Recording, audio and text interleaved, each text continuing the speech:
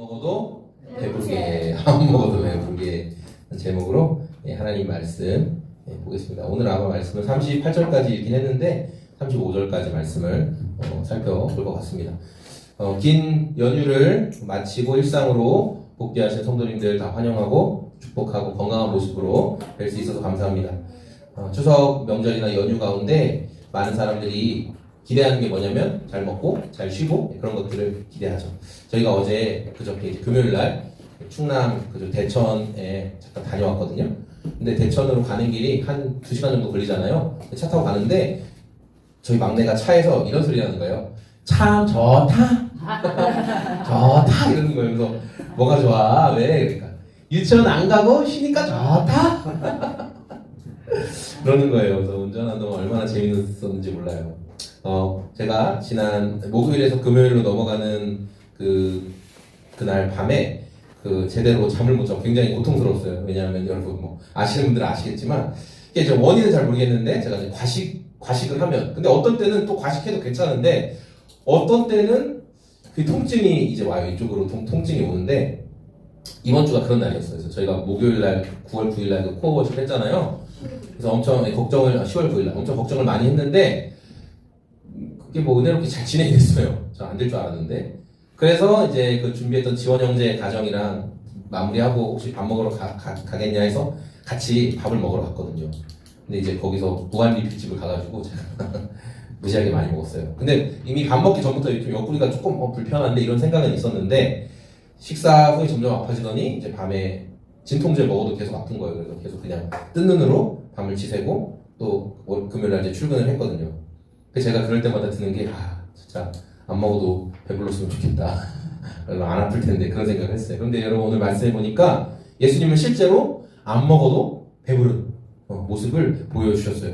왜 그랬냐면은 예수님께는 먹는 음식보다 더 기쁘게 해주는 음식이 있었다. 그게 뭐였냐면 하나님의 뜻을 행하는 게 진짜 기쁨의 음식이다라고 말씀하셨다는 거예요.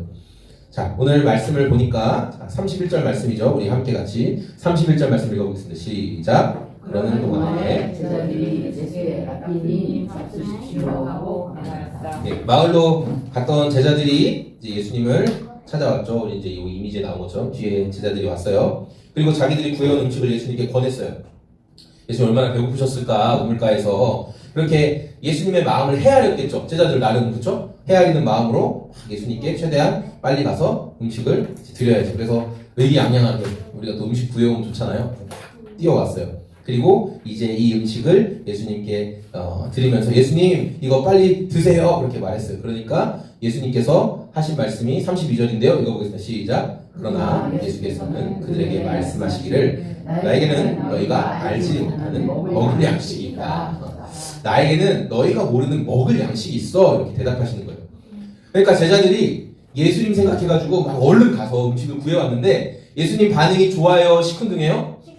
시큰둥한 거예요. 어제가 아내 생일이었는데 또 어머니께서 이렇게 미역국 끓일 수 있는 좋은 재료를 잘 준비해 주셔가지고 제가 거기 대천 갔다 와가지고 미역국을 끓였어요. 제가 그래도 하나라도 해야지. 케이크도 안 사줬는데 아무것도 안 했어요. 그래서 그냥 미역국 그렇게 끓여놨거든요. 본인한테 끓이라고 하기 그렇잖아요. 근데 미역국 끓여가지고 근데 이제 저는 대천 갔다 오고 하니까 주요 준비를 못 해가지고 이제 저녁 먹으세요 하고 이제 안에 들어가서 또 설교 준비를 하고 또 시간 지나서 나가봤더니 우리 자녀들이 이 미역국을 남긴 거예요. 막 밥 말아서 남겨놓고. 그래서 제가 이제 너무 맛있게 끓였나? 좀 제가 기분이 안 좋았어요. 우리 자녀들이 미역국을 너무 맛있다! 와! 이렇게 먹을 줄 알았는데 좀 시큰둥했어요. 여러분 제자들도 예수님이 내가 음식을 구해왔는데 예수님 반응이 좋았다고 해서 시큰둥했다고 했죠? 시큰둥. 이거 이렇게 시큰둥하니까 제자들이 이렇게 생각을 했던 거예요. 자, 읽어볼게요. 제자들은 누가 잡수실 것을 가져다 드렸을까 하고 서로 막 주변을 둘러보는 거예요. 누구야? 누가 먹을 거 갖다 드렸나?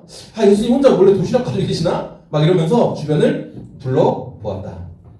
이 모습을 보면서 제자들의 관심이 사마리아 여인이 예수님을 처음 만났을 때 가지고 있던 생각과 별반 다르지 않다라는 것을 알 수 있어요. 제자들의 관심은 뭐냐? 예수님의 배를 채워드리는 거. 그래서 빨리 음식 구해오는 거가 중요하다라고 생각했죠. 제자들의 이런 반응을 보면서 예수님께서는 진짜 기쁨의 양식. 예수님이 말씀하신 양식이 무엇인지를 알려주는데 이게 34절이에요. 같이 읽어보겠습니다. 예수께서 그들에게 말씀하셨다. 나의 양식은 나를 보내신 분의 뜻을 행하고 그분의 일을 이루어 드리는 것이다. 예수님이 두 가지 말씀하셨어요. 먹지 않아도 배부르고 기쁨을 주는 그 양식이 뭐냐. 첫 번째는 하나님의 뜻을 실천하는 것. 그리고 두 번째는 하나님의 일을 완수하는 것. 이게 예수님의 진짜 기쁨이다라는 거예요. 예수님께서 이 땅에 사람의 몸을 입고 계신 동안 여러분 가장 많이 보여주신 것이 뭐냐? 우리는 예수님을 생각할 때 사랑의 예수님 이런 이야기를 많이 하죠. 예수님 사랑의 예수님이다. 그런데 실제로 성경 곳곳에서 말씀하고 묘사하고 있는 예수님의 모습은 뭔지 아세요, 여러분? 순종의 모습을 많이 보여주셨어요. 예수님은 철저하게 순종하셨어요. 빌립보서 말씀해 보니까 죽기까지 순종하셨다. 히브리서는 고난을 통해서 예수님이 순종을 배우셨다. 요한복음 말씀에서는 아버지의 뜻을 행하기 위해 예수님은 순종하셨다.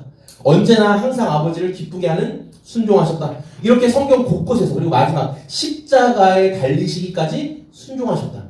그러니까 우리가 사랑의 예수님 맞지만 더 예수님의 모습을 잘 보여주는 건 뭐냐면 하나님의 말씀에 철저하게 순종하신 예수님의 모습을 우리가 볼 수 있다는 거예요. 지난 연휴 기간에 앞서 말씀드린 것처럼 코어워십 모임이 있었는데 이번에 보니까 7번째 모임이었어요. 그런데 그 9일날 한글날 연휴에 진행이 되는데 저희가 언제 광고한지 아세요? 10월 4일날 그 광고를 했어요. 그리고 10월 8일까지 바로 전날까지도 제대로 된 준비가 안 된 것 같았어요. 제가 생각할 때. 그래서 이거 불가능하구나. 이번 모임 안 되겠구나. 저는 그런 생각을 했어요. 그리고 저도 일하고 이러면서 마음의 열정이 일어나지가 않는 거예요. 계속 회의적인 생각만 들고 부정적인 생각만 들고. 그래서 이제 10월 9일 날 아침에 지원 형제를 픽업하러 갔는데 지원 형제가 그날 아침 일찍부터 장문에 메시지를 보내서 오늘 하나님이 일하실 것 같다. 너무 기대가 된다. 막 이런 메시지도 보내고 또 보자마자 커피도 이렇게 딱 사가지고 딱 차에 타가지고 막 오늘 하나님 일하실 것 같아서 막 이렇게 기대를 하는 거예요. 저는 아무런 기대감 없이 또 집회 전날에 일하고 와가지고 막 피곤해서 이거 괜한 짓 하는 것 같은데 막 그런 생각하고 있었는데 지원 형제는 순종으로 반응을 했다는 거죠. 그래서 이번 집회가 어땠어요? 코어워십 집회 어땠어요? 맞죠. 오늘 거기서 장기자랑도 하고 맞죠? 줄넘기 장기자랑도 그 충북대 그 사람들 다 보는 데서 줄넘기 장기자랑도 하고 어린이 프로그램, 어른 프로그램 모든 것들이 굉장히 규모 있게 잘 진행되었다라는 생각이 들었어요. 예수님께서는 순종의 본을 보여주셨고 지금도 순종하는 사람들을 통해서 하나님의 일을 행하신다는 것을 우리가 알 수 있어요. 특별히 우리가 사람이 정신적으로 허기가 지면 몸에 안 좋은 줄 알면서 막 폭식하거나 과식하거나 그렇게 하잖아요. 그래서 예수님께서 진짜 만족, 하나님의 일을 행하는 그 진짜 만족을 할 때에만 사람에게는 참 기쁨이 있다는 것을 말씀을 해 주시는 거예요. 우리 35절 말씀도 같이 읽어보겠습니다. 너희는 넉 달이 지나야 추수가 된다고 하지 그러나 나는 너희에게 말한다. 눈을 들어 앞을 보아라. 이미 혹시 이것은 얻을 때가 되었다. 어리둥절하고 있는 제자들을 향해 예수님께서 우물가에 있는 우물가 주변에 밭이 있겠죠. 물을 쓸 수 있으니까 자 얘기하시면서 자 곡식들을 봐라 이렇게 하셨어요. 성경학자들에 의하면 이때가 언제냐면 추수 4개월 전이라서 달력으로 치면 12월 중순경이에요. 12월 중순경. 그러니까 이들이 이제 보통 4월 달 정도에 추수를 하기 때문에 12월 중순경이면 아직 곡식이 익지 않은, 곡식이 익기 4개월 전이라는 얘기예요. 그러니까 아직 초록색, 파란색으로 이렇게 풀들이 그냥 자라고 있겠죠? 자, 그러니까 추수할 때가 됐다. 이미 곡식이 익었다. 예수님 이렇게 말씀하시는데 눈에 보이는 건 뭐예요? 그럼 파란 풀이에요. 아직 멀었어요. 이미 그냥 싹 올라온 정도예요. 예수님 도대체 무슨 말씀을 하시는 거지? 제자들은 그렇게 생각하고 있을 때 예수님이 말씀하시는 것은 그 파란 풀 너머에 지금 그 여인의 초대를 듣고 막 예수님께 달려오고 있는 사람들, 그들을 보고 말씀하시는 거예요. 봐라. 저들은 지금 오고 있다. 이제. 믿을 준비한 자들이 오고 있다. 추수할 영혼들이 오고 있다. 예수님 지금 그걸 말씀하시는 거죠. 예수님을 만나서 구원받아야 할 영혼들이 준비되어 있다. 추수할 때가 됐다. 예수님이 그렇게 말씀하시는 거예요. 예수님은 진짜 기쁨이 어디에서 오는가 이것을 말씀을 통해 보여주셨는데 우리가 제자들처럼 먹는 것, 육체적인 것을 채우는 것 그런 것에서는 참된 만족을 얻을 수가 없다. 하나님의 뜻에 순종할 때 진짜 만족을 누릴 수 있다라는 거. 그래서 여러분 안 먹어도 배부른 기쁨 하나님의 일에 순종하는 그 기쁨을 여러분 경험하고 계신지가 질문하고 싶었어요. 오늘 말씀을 이제 정리할 건데요. 예수님이 이제 우물가에 계셨고 제자들은 마을로 음식 구하러 갔다가 돌아왔습니다. 그때 제자들이 본 장면은 예수님과 사마리아 여인이 대화하고 있는 장면이었어요. 그런데 벼랑간에 그 여인이 물동이를 땅에다 내려놓고 막 마을로 다시 돌아가는 걸 봤어요. 저 무슨 일이 있나? 제자들이 그렇게 생각하고 있었어요. 그리고 제자들은 얼른 내가 구해온 음식을 예수님께 드렸죠. 예수님 얼마나 배고프셨을까? 그런 거 있잖아요. 예수님 생각하는 건 저밖에 없죠? 막 그런 느낌 아시죠? 네. 내가 예수님 생각하니까 이렇게 음식 구해왔지. 그런데 예수님이 그 음식을 보고 막 좋아해 주시고, 야, 진짜 나 생각해 주는 건 너밖에 없구나. 그랬으면 좋았을 텐데, 예수님 반응이 어땠어요? 시큰둥. 예수님은 제자들의 음식보다 나는 너희가 알지 못하는 음식이 있다. 이렇게 말씀하셨다는 거예요. 예수님이 말씀하신 양식은 뭐냐? 자신을 이 땅에 보내신 하나님의 뜻을 실천하고 하나님의 일을 완수하는 게 진짜 기쁨을 주는 양식이다. 이렇게 말씀하시는 거예요. 우리가 하나님의 일에 순종하면 여러분 진짜 기쁨을 누릴 수가 있다라고 성경 말씀하시는 거예요. 어제 대천에서 청주로 돌아오는 길에 대천이 보령에 있잖아요. 그래서 거기에 다니고 싶은 교회, 여러분 우리 소금제작소 교회도 이름이 특이하죠? 근데 여기 더 특이하죠? 다니고 싶은 교회 이름이 다니고 싶은 교회예요. 다니고 싶은 교회에 방문해서 다니고 싶은 교회를 담임하고 있는 우리 김철종 목사님과 시간을 보냈어요.